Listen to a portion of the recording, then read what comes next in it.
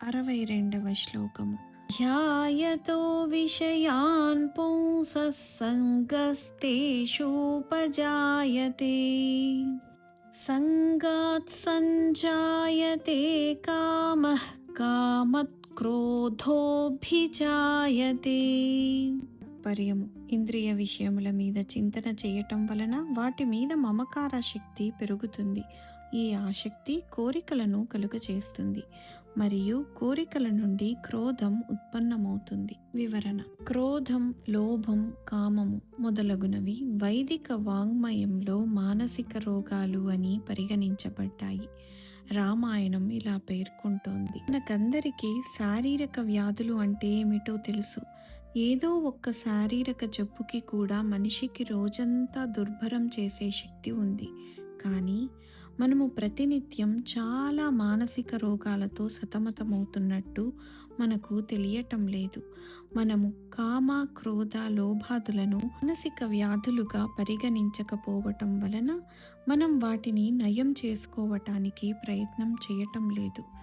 మనస్తత్వ శాస్త్రము అనేది మానవ విజ్ఞానంలో ఒక భాగం. అది ఈ వ్యాధులను విశ్లేషించి వాటికి పరిష్కారం సూచిస్తుంది. శ్లోకంలో ఇంకా తదుపరి శ్లోకంలో శ్రీకృష్ణుడు మనస్సు యొక్క పనితీరు మీద సంపూర్ణమైన మరియు లోతైన అవగాహన కల్పించాడు.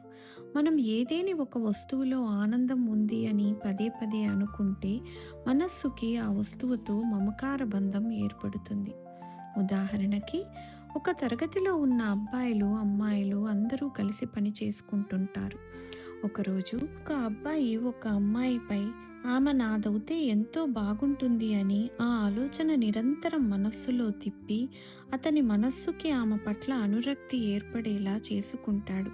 అతను తన స్నేహితులతో తను ఆ అమ్మాయిని ఇష్టపడుతున్నానని, మనస్సు నిరంతరం ఆమె వైపే వెళ్తుండటం వలన చదవలేకపోతున్నానని చెప్తాడు. ఆ అబ్బాయి ఆమె కోసం తన నిద్రని చెడగొట్టుకొని చదువును పాడు చేసుకుంటున్నాడు.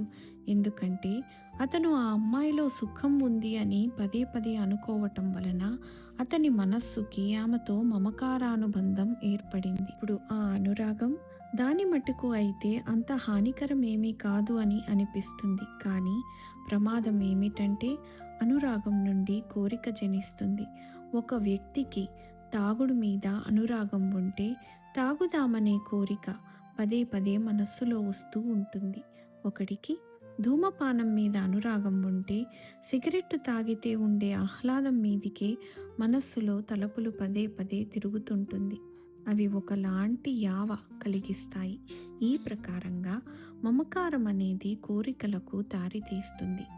ఒకసారి పుడితే అది ఇంకా 2 సమస్యలను సృష్టిస్తుంది. లోభము అనగా అత్యాశ మరియు క్రోధము. కోరికలు తీరటం వలన అత్యాశ కలుగుతుంది. బట్టి వాంఛలను తృప్తిపరచటం ద్వారా వాటిని పోగొట్టుకోలేము. ప్రపంచంలోని సమస్త సంపదలు, విలాసాలు మరియు భోగ వస్తువులు లభించినా సరే వ్యక్తి తృష్ణ చల్లారదు. కాబట్టి దుఃఖానికి మూల కారణం కోరికలే అని తెలుసుకొని తెలివైన వ్యక్తి వాటిని త్యజించాలి. మరోపక్క కోరికలు తీర్చుకోవటంలో ఆటంకం కలిగినప్పుడు ఏమవుతుంది? అది కోపాన్ని కలుగజేస్తుంది. కోపం అనేది దానికదే ఉత్పన్నమవ్వదు. అది కోరికల నెరవేర్పుకు ఆటంకం కలగటం నుండి వస్తుంది. కోరిక మమకార బంధం నుండి వస్తుంది. మమకార శక్తి అనేది ఇంద్రియ విషయముల యందే పదే పదే చింతన చేయటం వలన కలుగుతుంది. ఈ విధంగా ఇంద్రియ భోగ వస్తు విషయముల మీద పదే పదే చింతన చేయటం అనే సాధారణ క్రియ లోభము, క్రోధము అనే జంట రోగాల దిశగా పతనానికి దారితీస్తుంది. తదుపరి శ్లోకంలో శ్రీకృష్ణుడు ఈ క్రమాన్ని మరింత ముందుకు తీసుకెళ్లి క్రోధము యొక్క పరిణామాలను విశదీకరిస్తాడు.